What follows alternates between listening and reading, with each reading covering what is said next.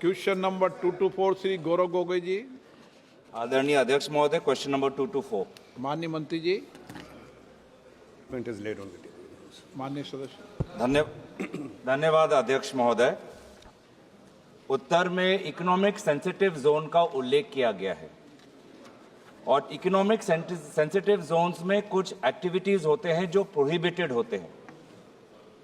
असम में एक economic sensitive zone है होलोंगापार gibbon sanctuary, होलोंगापार gibbon sanctuary.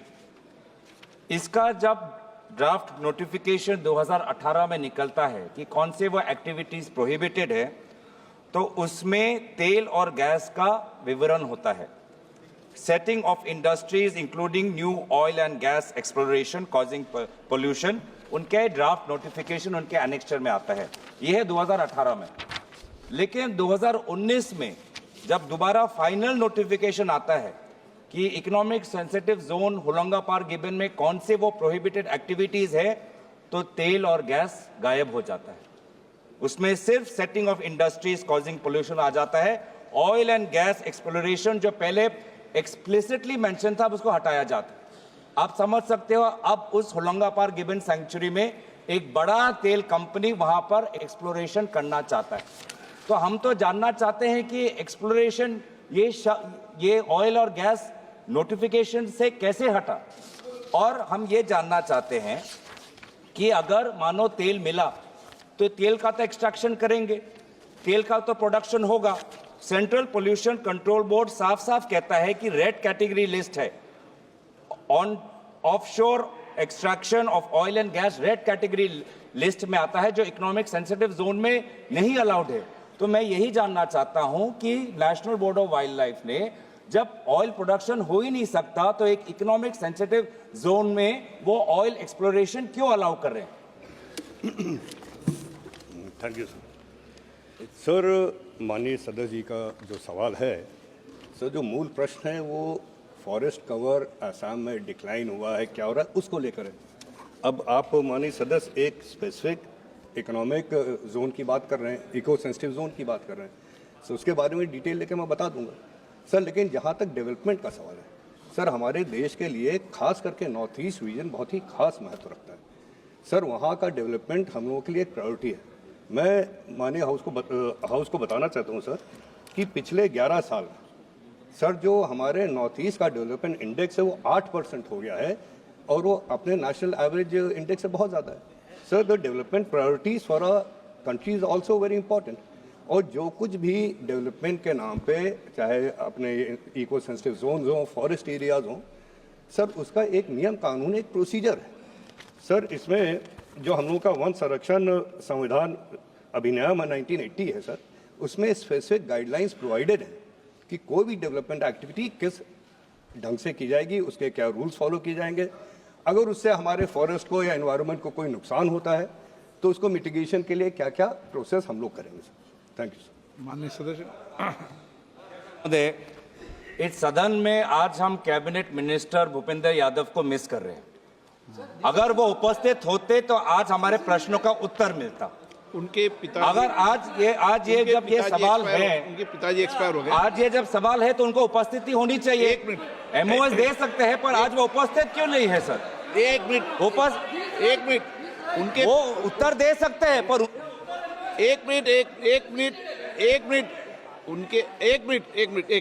Venugopal जी, एक मिनट गौरव जी, एक मिनट। उनके पिताजी एक्सपायर हो गए हैं, उनकी सूचना मुझे सदन में दे दी है, इसलिए राज्य मंत्री जवाब दे रहे हैं। अध्यक्ष महोदय, हमारी संवेदना उनके साथ है और उनके परिवार के साथ है। मेरा दूसरा सवाल है सर कि Assam forest cover has reduced by 86 square kilometres between 21 and 23। ये India state of forest report का है। तो जितना भी गतिविधियों का उल्लेख आदरणीय मंत्री ने किया है, हो सकता है कि राज्य सरकार इनके एडवाइजरी को पालन नहीं कर रही, या ये जो फंड्स भेज रहे हैं उसका राज्य सरकार दुरुपयोग कर रहे हैं, क्योंकि फॉरेस्ट कवर बढ़ा नहीं है, पिछले 3-4 सालों में घटा है। Indian state of forest report कहता है Assam forest cover has reduced by 86.66 square kilometers between 21 and 23. Altogether, as per Assam Science and Technology Environment Council, Assam has lost 83.92 square kilometers of forest and tree cover over 2 years. और सबसे ज्यादा कहां हो रहा है? सबसे ज्यादा हो रहा है कार्बी आंगलोंग में, सबसे ज्यादा हो रहा है डीमा हसाओ में, जहां पर सिवियर डिग्रेडेशन हो रहा है क्योंकि वहां पर जंगल काटे जा रहे हैं और अवैध कोयला खनन हो रहा है।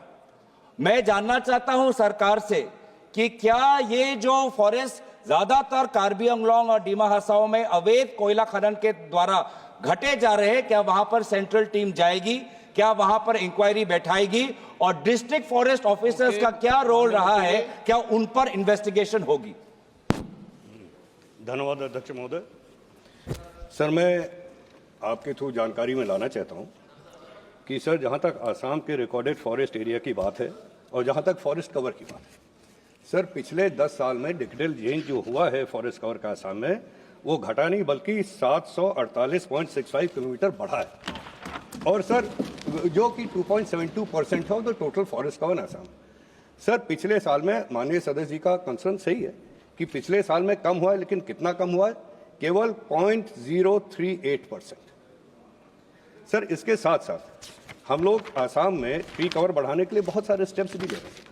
सर कैंपा प्लांटेशन से हम लोगों ने 10,759 हेक्टेयर हम लोगों ने कवर किया सर बिटवीन 2020 एंड 21। सर इसी तरह फॉरेस्ट कवर के लिए यहाँ पे एक new battalion of Assam forest protection force raise की गई है, जिसमें 2000 फॉरेस्ट फ्रंटलाइन स्टाफ रिक्रूट किए गए हैं। सो जहाँ तक असम की बात है, Kaziranga also occupies a very special mention in Assam sir. वहाँ पे हम लोग नॉट ओनली हम लोगों ने पोचिंग खत्म कर दी है, लेकिन वहाँ पे सैकड़ों किलोमीटर अवैध इंक्रोचमेंट से खाली किए हैं। Sir government of India is taking these various steps and it is also part of the responsibility of the state forest officials to carry out these acts. हम लोग एक एडवाइजरी बॉडी हैं, हम लोग फाइनेंशियल असिस्टेंस देते हैं। इसके साथ जो कंसर्न माननीय सदस्य जी ने रेज किया है वो सही है, कम हुआ है लेकिन मार्जिनल कम हुआ है, और क्यों कम हुआ है सर इसका इन्वेस्टिगेशन भी हम लोग कर रहे हैं। ठीक है, थैंक यू।